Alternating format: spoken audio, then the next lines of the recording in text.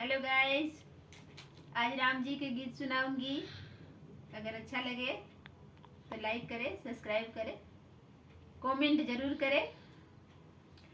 कहवा में जन्म ले राम से लक्ष्मण, अरे कहवा जन्म परशुराम रे लालनवा, रे कहवा जनमे परशुराम रे लालनवा।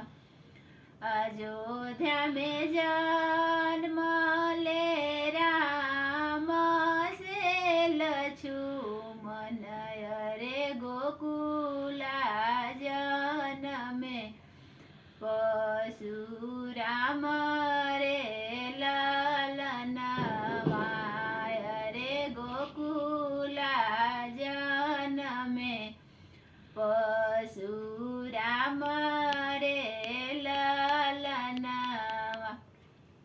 अरइयो बन के राखरई खटवली, अरे बना रे बिरिदवा के बास रे लालनवा, अरे बना रे बिरिदवा के बास रे लालनवा। ताही बास छाए बसीता देई के मड़वा, अरे बीचे झूलले राजा हंस रे लालनवा, अरे बीचे झूलले राजा हंस रे लालनवा।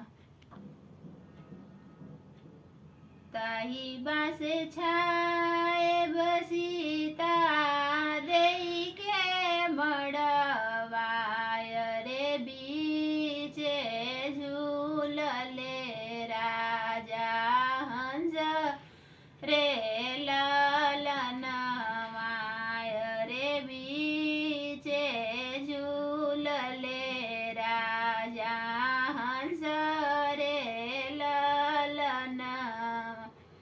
ताही बास छाए राजा रामचंद्र के मड़वा, रे बीचे झूलले राजा हंस रे लालनवा, रे बीचे झूलले राजा हंस रे लालनवा। गाय के गोबर से अगना लिपएबो, अरे गज मोती चौका पुराए रे लालनवा, अरे गज मोती चौका पुरायो रे लालनवा। कलशायलो ते भये सासुनी रेखे, अरे अबे रामा को हबर जाए रे लालनवा। गाय के गोबर से अगना लिपएबो, अरे गज मोती चौका पुरायो रे लालनवा। ताही चौके बैठले दशरथ जी के बेटवा, अरे मोतियानी अंजूरी भरायो रे लालनवा, अरे मोतियानी अंजूरी